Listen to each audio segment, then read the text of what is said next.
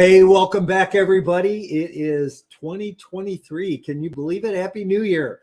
So the last couple of weeks we have not been here. We've had recordings going. I hope that if you plugged in the last couple Saturdays that you did get some good information, some good knowledge, because I did have a couple great guests on. And we are back, though, Saturday morning, right after the New Year. Happy New Year. I hope that the holidays were great for you, that you had some good downtime, some time to spend with family, get re-energized, take a look at what you did last year. You know, I always talk about that we can't grow forward. We don't move forward unless we really take a look at what we've got done. Right? We set those goals, we work all year, we get to the end, and now we have to go back and take inventory. And I hope that you took some time to see what you did and to take a look at what you did right and maybe what you didn't do as good as you thought you could have done that maybe you can improve on moving forward next year. And then I hope you looked at setting some goals, building a good business plan for yourself, being realistic and knowing what you need to do. And what do you need to do, intentionally, right? Do you need to gain more education? Do you need to get a coach? We're going to talk about coaching today. We're going to talk about education today. We're going to talk about multifamily. So, hey, stay clued in. If you are online, throw your name in the chat. Let us know where you're from. If you are somebody who is new to the show, welcome. Please hit the like button, and if you're on YouTube, subscribe. Smash that subscribe button and subscribe, because I'm always bringing great content to you. My guests today, I'm excited. I've been looking forward to this episode for a while, but I have two guests on today. Nic Cooper from San Diego with Hudson Blue, and Andrew Jared from Tampa, Florida. And Jared's company is Jared Capital. They have a company together called Level Up, which we're going to talk about that. But what's interesting is we're covering all three time zones. So let me bring these guys in. Guys, what's up? Hey, what's going on, Mike? All right. I'm great on the keyboard today, that's for sure. Move you in, move you out. So happy New Year. Happy New Year. What's up, fellas? Good to see you. You too. Same. How was your holidays?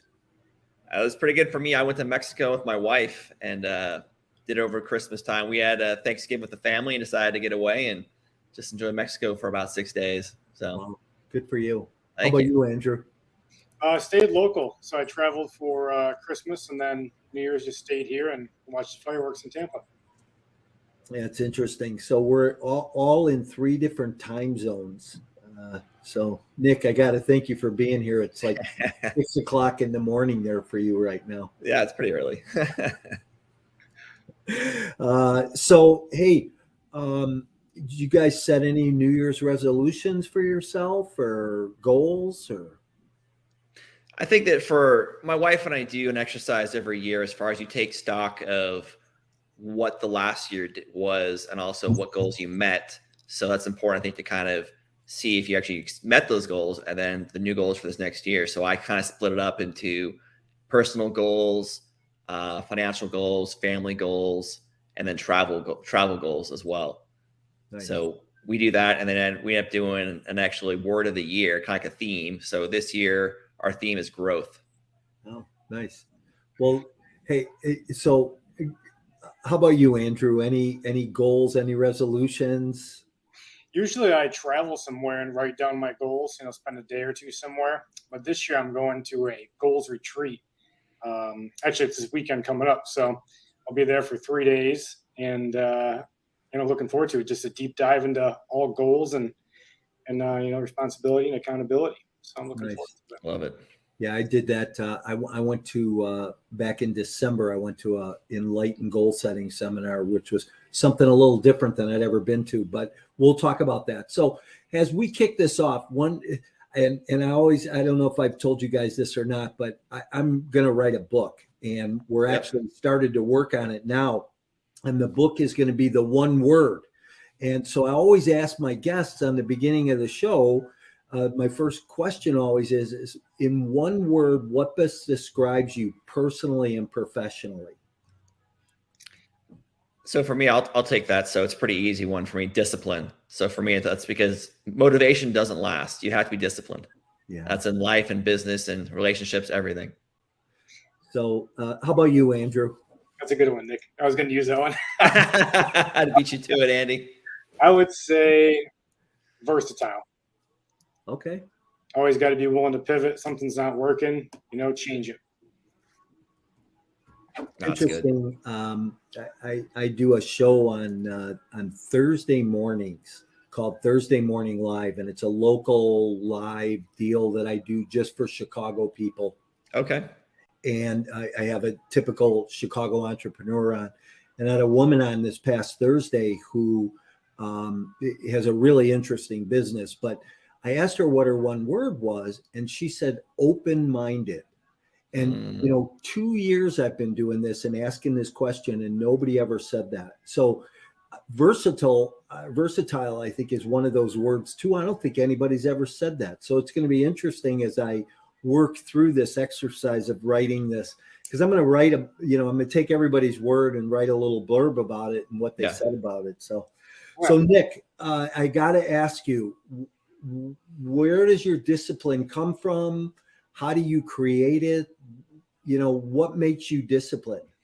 So I think for myself is I was in the Navy for 22 years as a helicopter pilot. So you learn a lot of those habits and you find out what works. And I think for me, there's times when you didn't want to get up and do a flight or do this, but it's that discipline that keeps you going. And I think for me, keeping that on. So I started a morning routine about 2.5, 3 years. You wake up at 4:30. That's when I start my day. So this is not very early for me at all. This is normal time. Yeah. So what'd you say? You get up 2:30, 3 o'clock? Oh, 4:30. Oh, 4:30. Okay. Yeah.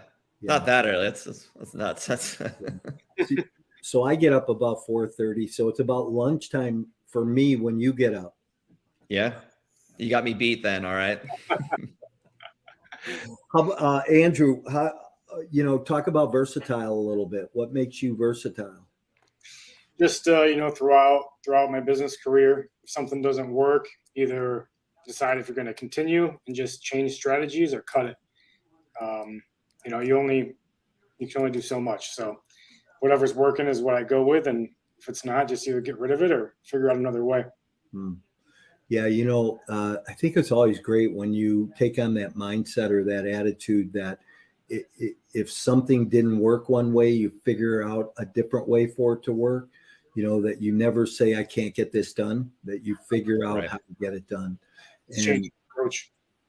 And knowing that you were going to say discipline, I have to say you got to be disciplined to behave that way.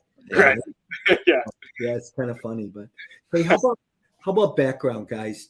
So let's talk a little bit about, what you did before you got into the multifamily business. Talk about multifamily, what you're doing now. So whoever wants to start. Good. Okay. So for me, I started military pilot for 22 years. So kind of by default, you buy like a single family home and you move. So by default, I became a landlord. I moved a bunch of places, acquired a couple of single families. And then I looked at the math one day about 5 years ago. And I'm like, I'm making $100 a month on this thing. This is not a business. I had a lot of equity, but it wasn't making me any money.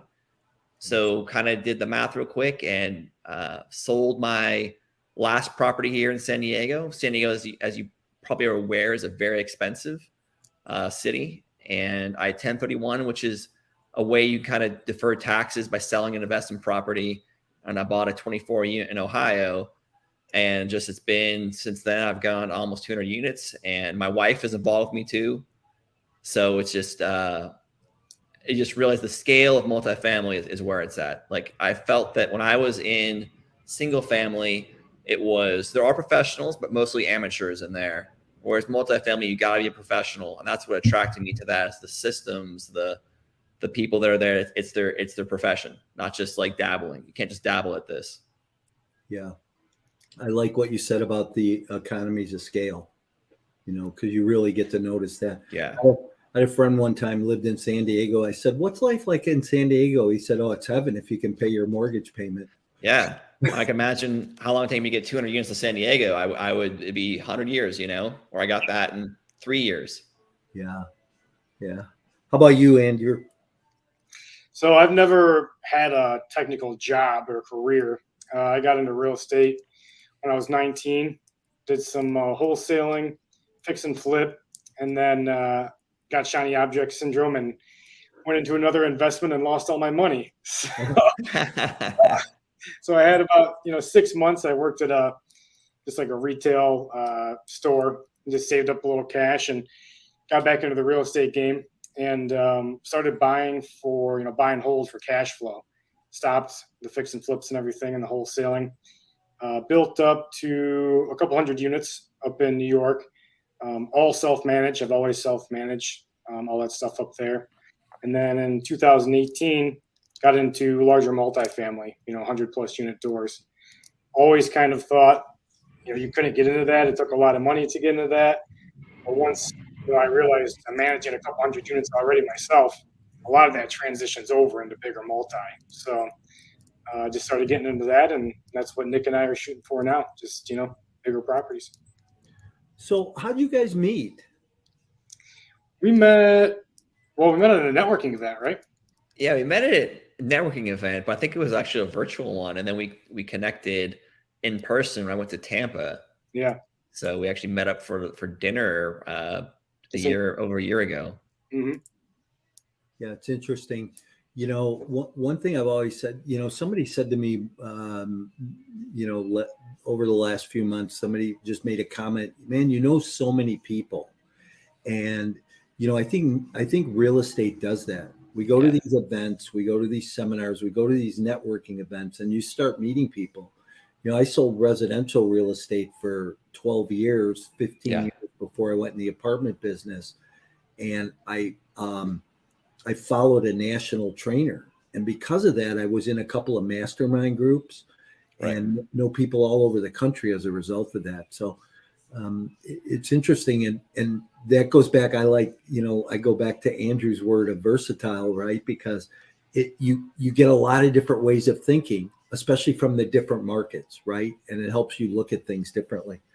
So your network is your net worth, and it's totally true. Yeah, for sure. Mm-hmm. So I know you guys do some coaching. I'm in the coaching business also. And that's one of the first things that I teach people is you have to be networking, right? Because there's so many people. You have to be able to talk to a seller. You have to be able to talk to a broker. You have to be able to talk to a private investor. So there's so many different people in the multifamily space that we have to talk to, how do you, and so you guys have a company together, Level Up, right? Yep. Talk about that. Why don't you guys talk about that a little bit?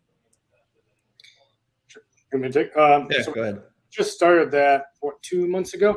Yeah, about over 2 months ago. Yeah.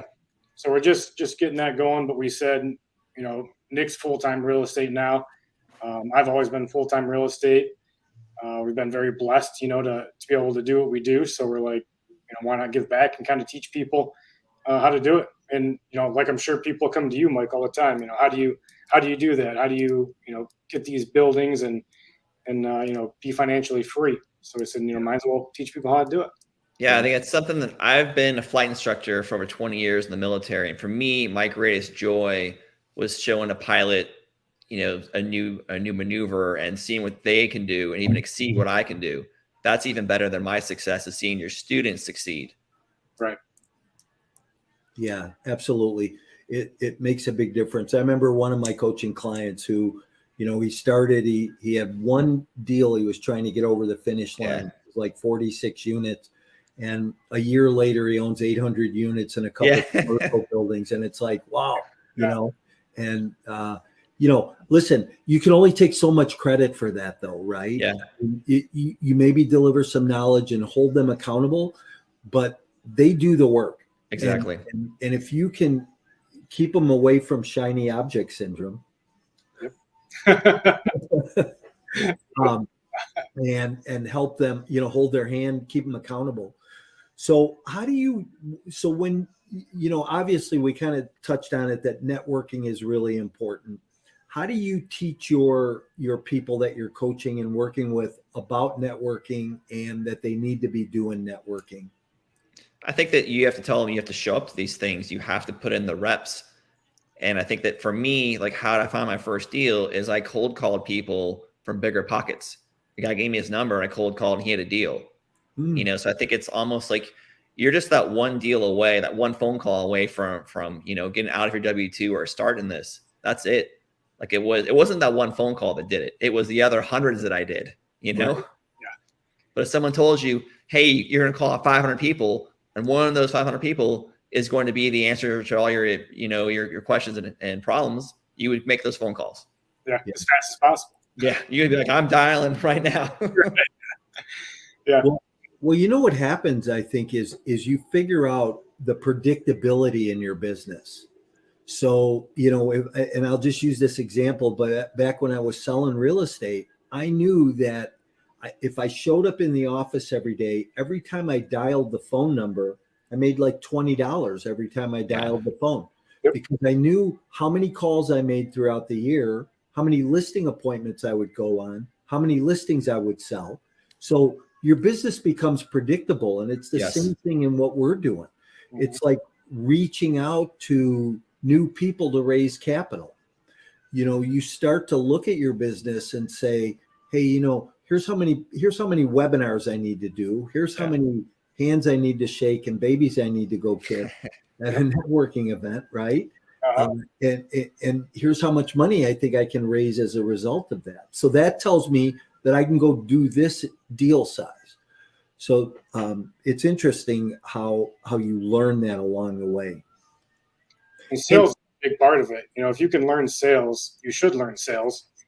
A lot of people will say, "Oh, I don't want to be a salesman or learn." But if you think about it, you're always selling somebody. If you're married, you're selling your wife or your wife. Right? Take my line there, Andy. Selling your kid to eat, the apple or whatever. You're always in business. You're always selling, or person. Absolutely. And so many people say, "Oh, I don't want to. I'm not a salesperson, or I don't want to be a salesperson." But you're right. You are a salesperson. Mm-hmm. Everybody's selling something.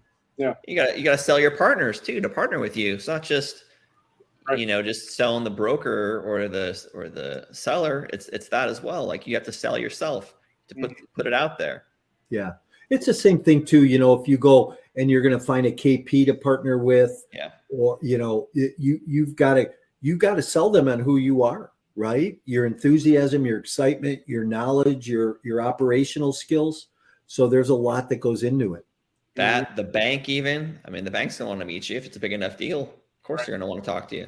You got to sell that. Sell yourself. Mm-hmm. So let's talk about markets right now. Here we are going into 2023. We just came off of a really high peak. The biggest bull run we've seen in years. We're kind of going down into this valley right now. What are you guys seeing market wise, trend wise? Where do you think we're headed? Personally, I'm excited. I think it's going to be a great time to buy. They always say you make your money when you buy, and I think pricing is coming down. We're seeing a lot more seller financing options starting to rise already, which is surprising. Creative finance to me is my favorite. So I am very excited that it's starting to come back. I've done a lot of creative deals and really looking forward to it. So I think 2023, especially mid to end 2023, is going to be a great opportunity to buy some properties. Creative financing has kind of been a topic the last few days with people. Well, so talk about a deal, Andrew, you've done creatively that you're really proud of, or think it was one of your best deals you ever did. Well, it's probably one of my first deals. I think it was actually my first rental, if I remember right. It was a duplex, and so this is back 2009, 2010.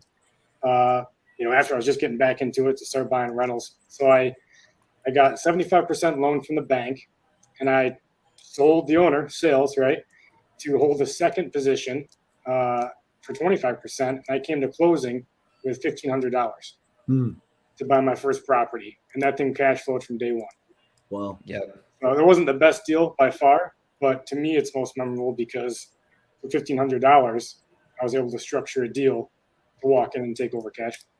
Have you done any creative financing in the multifamily space, in the bigger multifamily space? Yeah, we're working on one right now in Jacksonville. It's a little over 80 units, and we're pretty close on it right now with the seller. He's going to be holding some financing. Can you talk about the structure of that at all a little bit, or how just broad level term? Like generality, basically, we're going to have him hold some paper on it, and he's going to hold like his own class, essentially, not an actual mortgage. So he'll come in like an investor would. You have your A, B class. He'll come in as like a C class. Okay. And that's appeasing to most of the banks versus like a second mortgage. Right. Okay. So I think we're looking at 65% leverage from the bank on that. Yeah, I think about that. I think Andy, kind of the big discussion we had amongst ourselves is like, hey, he wants price. We're going to get our terms. Right. It's going to be hard I'm not going to give you both. Yeah. So what's the last 6 months we have underwritten, and this is no joke, but we have underwritten about 87 deals. Oh yeah. Written nine LOIs, got to the final round 7 of the 9 times, got to the final 3 times, and now got the deals done. And the reason we haven't got the deals done is because the bid ask was still, there was a spread, $300,000 to $500,000 between what the seller wanted and what we were willing to get. Are you guys in a position, or do you pay a little bit more for a property in today's environment, or are you being real conservative? Because I'm starting to wonder, am I just being way too conservative and letting deals go and not paying more money for them, or am I being safe? I think you're being safe. I think if you're writing for, a mid-teens, return, and that you don't hit that, you don't have much cushion there. So there's not much in case someone takes a turn. So I think that we're the same, probably not the same as far as underwriting and offering on LOIs and, getting this deal here, is that everyone says they're conservative, but it's like, if it really does take hit the fan here soon, like you want to make sure you have that cushion. And that other guy may have something else that you don't know about, probably not, but he just probably wants to deal more. He's more desperate than you are. I think that a lot of what you're going to have to really do is the real operator is going to come out this next year. Like, you're going to have to make sure you can operate this deal at what you underwrote it for. And it's not March of 22 anymore. Yeah. It's a new market. We all know that. Yeah. Yeah. Go ahead, Andrew. I was going to say, we walked away from a deal. We were in best and final, exact same price as the other buyer. And we could have taken it, but we walked away because we wanted a financing contingency, and the other buyer waived it. So we said, well, we're not gonna go forward with it. And we just God. That's so funny. I just walked away we just lost on a deal for the same situation. Yep. So the other buyer was going to assume the mortgage. Yeah. And we were going to put new debt on it, because if we would assume the mortgage, we'd have had to raise more money. And I knew that it wasn't worth it to raise the extra money. But the other buyer bought it because he saved the seller like $350,000 on the sale. So, it's interesting dynamics. Where do you see the world going? I personally think we're going to raise rates again next year. Yeah, I'm with Andy on that. Yeah, I mean, some people say 50, 100 basis points more next year, which I don't think that's unrealistic at all. And I think we'll have a low. I follow Pensford. I don't know if you follow them or not, but they have great information on rates and like timing between the last rate hike to when it comes down. And I think it's 3 years is the most, if I'm not mistaken. 3 years is the longest from the first rate hike to the first rate cut. So I think we could have some great buying opportunities. And then, as rates come down, cap rates should compress again, and your value should go up. You know, what's interesting right now too is I'm seeing deals cycle back on the Yeah. market that we looked at a few months ago and they didn't make sense, but now they're back on the market at a lower price and they still don't make sense because as the price went down, the interest rate went up, right? You're getting hit with that, Mike, and also you're looking at your expenses, explosion of expenses. Like you cap rates have to expand because your expenses have gone up. My insurance has gone up in some on properties 25%. You know, I got my taxes went up. Even though I protest them, they still went up. So you're looking at some of your expenses are 20, 30% more than they were just about a year ago. Yeah. And material cost is way up too. Yeah, all my labor is more. Exactly. So insurance, where do you guys own? You guys own a bunch of property in Florida? Mine's in Texas. That insurance went way up. Okay. So what are you paying a door in Texas? Oh, I don't want to. You want to know for insurance? Yeah. $950. Ooh. It's Gulf Coast. So yeah. Okay. Yeah, I'm paying 2x what you would pay in San Antonio or in Austin for insurance. So Are you ready to skyrocket your investment portfolio and leave a legacy? Are you tired of inconsistent returns received in the stock market? Then it's time you take a look at alternative investment options like a passive investment in multifamily real estate. No tenants, trash, or toilets. Just a solid return on an annual investment, including quarterly returns along the way. These lower risk and secure assets are also a great hedge against inflation. If you want to hear more about these types of opportunities, email me directly to schedule a 15-minute consultation to see if you qualify. You can email me at mike@mycoreintentions.com. I'm underwriting in Dallas and Houston, and we're underwriting at $850 a door. Oh, whoa. Okay. So, I think that's, probably conservative. But, 16 months ago, we underwrote a deal in Tampa that we wound up buying. Yeah. And we underwrote that at $850 a door 16 months ago. When we took over the property, the insurance went to $1250 a door. Wow. Yeah. So it hurt the cash flow a lot, but. Mm-hmm. So, what are you guys seeing when you're underwriting today? How are you underwriting, the debt piece, your finance piece? What are you using for loan to value and interest rates? And a year ago you could bring in 75 to 80%, and now you have to bring a lot more in capital to close these deals. So you're looking at in the 60s right now, and it's just you kind of have to get creative. You're going to you're also underwriting for a longer hold time. Like I think the days of you buy it, a value add and put lipstick on it, and 18 months later you high five and make a 40% return. Like those days are probably over. Yeah. There are those deals out there. I'm sure there's a deal or two out there. Someone can prove me wrong on those, but overall, like that's just not going to happen. You have to operate the deal. So you have to be, can I really are these rents really, can I make these rents?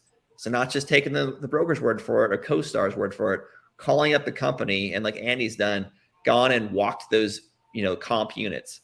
Hey, this is what they're actually getting. So you got to have it dialed in. Can you make those rent bumps? Yeah. I like what you guys had mentioned earlier about the operators, right? This is really going to become now the true operators, the people who can really manage, because I think that when the market is as robust as it was, anybody can do anything. You can just show up and, you can raise rents, you can get a great deal, you can overpay and know that the market is going to make up for it. But now where the market's at, this is where the true work has to go in.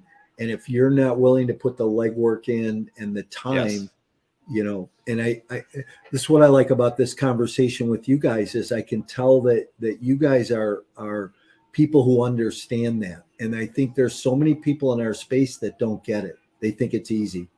Yep. what do they say? A rising tide lifts all boats, right? And that's Yeah. what we've experienced the past few years, for sure. And also that saying, when the tide goes out, you find out who's swimming naked. There's a lot of naked people swimming right now. Yep. Yeah. Are you finding pressure from the banks? Are the banks tightening up more and not being as flexible?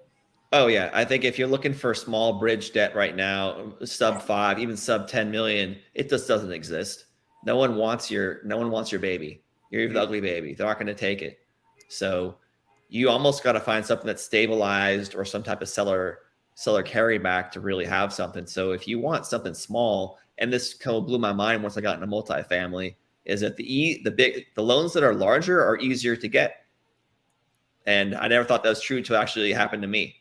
You know, And better. Better rates. When these are like, I'm like, if you had a $10 million deal, can you get one of those? And we could be, I'm like, wait, what? Yeah. Yeah. Hey, I want to circle back on that seller C-class position on the creative financing deal. Are you treating him as you would treat an LP, where he's going to get the same return as an LP? Same. Okay. So you're just really treating that piece as additional equity in the deal. Right. Exactly. Okay. And I hope people that hear this right now understand that, right? So just to bring some clarity to that for some of the listeners. So you're going to, in the capital stack, you have the regular debt financing, which the bank's interest is going to be 6-7%, whatever it's going to be. You're going to have what you are paying your cash on cash return back to your investor, and that the owner who's going to stay in the deal and participate is going to get the same type of return. So in some cases, the owner in those structures will make more money than they would if they just sold out and walked away anyhow. Mm-hmm. So and to him, price is like, that's what he wants, a certain price, yeah. Doesn't matter. So that's what we can get him with terms. Are you seeing yet any distressed deals come to the market? And by distress, I mean, somebody who got bridge debt or had some kind of short-term note on a property, and now it doesn't make sense for them to finance into a permanent debt position. Have you seen any of those deals come on the market yet? I haven't seen any, but I have talked to PMs, and I think they're coming. Yeah. Yeah, I think it's going to come once that cash reserve gets eaten up and that loan becomes due. So you can only extend your loans so much long. This bridge debt is a certain time when the banks are like, this we're going to call it. Yeah. So, and that time's coming the next year. Yeah. So, I just want to, when you talk about the market being unsettling like this, you can almost get discouraged along the way and say, God, why am I doing this? And, and I think we're going to see some people that we've known over the last few years that drop out of the business and say 100%. It's gotten too tough, or they sit on the sidelines, or they go crawl, under the covers. How do you stay motivated to keep moving forward? I mean, for us, we're very excited. Seeing this go on. We've been, kind of waiting for some disruption. So, in a bad market, that's where you make your money. So we're extremely motivated and very excited for what's coming down the line. I think it's been so frothy. It's like you're buying this beer with all this foam in it, and you're waiting for this foam to settle down, see what actually you're getting. So now that the froth settles down, you see what the price is. So here we're at, like, hey, this is the real price. This is not like 10 people bidding on this best and final. Like, it's going to be bid up. So now it's just like, hey, I'm getting a lot more brokers calling me saying like, hey, I got this deal here for you. Take a look at this off-market deal and whatnot. I had a broker go to me. This is when I first started out 4 years ago. He says, I don't need you right now, but one day I will need you. And I think that day for him is coming pretty soon. Yeah. That's a whole nother conversation. Yeah. A year ago, you couldn't get a broker to call you back. And now you get 3 or 4 calls a day. Yeah. No, I've gotten like 4 texts on my phone right now since we've been sitting here, Hey, are you looking for a deal? Hey, we're here. You know, Yeah. you sure you don't want to look at this one? They have a lot more time nowadays. Yeah. Yeah. So when you bring a deal to the market today, so you put a syndication together, and you're going to bring a deal to the market, go raise capital. What type of return are you projecting for your investors today? No, that's a good one. I'd say still shooting for that mid-teens. I think it's a longer term. It is a longer term hold. Like I always say, I'd say a 3 to 5 year hold. Now I'm probably more 5 to 7. So you are stretching that return out, and then you gotta have your debt locked in. That's it. And you also you're bringing more capital to it, which reduces your returns, and you're raising more reserve too. Yeah. So I'd still say looking at the mid teens, and 2 years ago was 8% pref, and I'd say you're closer to 6, maybe 7 on the deal. I'd probably be closer to 7. Okay. And what's the investor temperature in your world? Are they optimistic? Are they interested? Are they sitting on the sidelines? I'd say it's a mixture of both. We have some people that are holding off on the sidelines, and some, I think, that know pricing is coming down, so they're getting a little excited. So yeah, I would say a mixture of both, depending on the person. I agree. Awesome. But I think it's not like everyone's not as interested as they were 9 months ago. Right. But there's people still that haven't taken that plunge that are like, oh, I'm ready now. You know? Yeah. Well, this has been awesome this morning. You guys, how about if you were, starting to work with a new investor, a new active investor, somebody who wanted to be in the real estate, the multifamily space, what's the one tip? What's that first tip that you would give them and tell them to go do today to start their journey? I would say go out and start networking with brokers and property managers. If you can find a deal, you'll be able to get the money. Or if you don't want to do that, then go out and try to build up your network, your Rolodex for raising money, one or the other. Yeah, I think I'd say, Andy, the same thing as I'd say, get your education. And also, this is not the time to do it alone. Find someone who's already in the space and connect with them, because you're not going to figure it. This is not the time to be a lone wolf. Yeah. Connect to someone who's already doing this, who has some experience. Yeah, that's not, single family investing. Multifamily is a team sport, 100%. Yeah, that's one thing that's interesting about multifamily today is it is such a team sport, because there's so many moving parts, and you can't do it all yourself. So you need other people who are better at things than you are, because I can only be so good at one part of it or two parts of it. I can't be good at everything. And, one of the things for me is, and this, I always kind of find this funny, but I'm not a detail-oriented guy. I can't read a PPM and I can't read an LLC agreement because I fall asleep. It's boring to me. Yeah. So one of my partners is really good at that stuff. And she says, hey, what about this? What about this? What about this? And so, you need that in your life. So I think you got to find someone, like for me, coming from being a pilot, you have a crew, and your passengers are your investors. So we're all on the same, plane.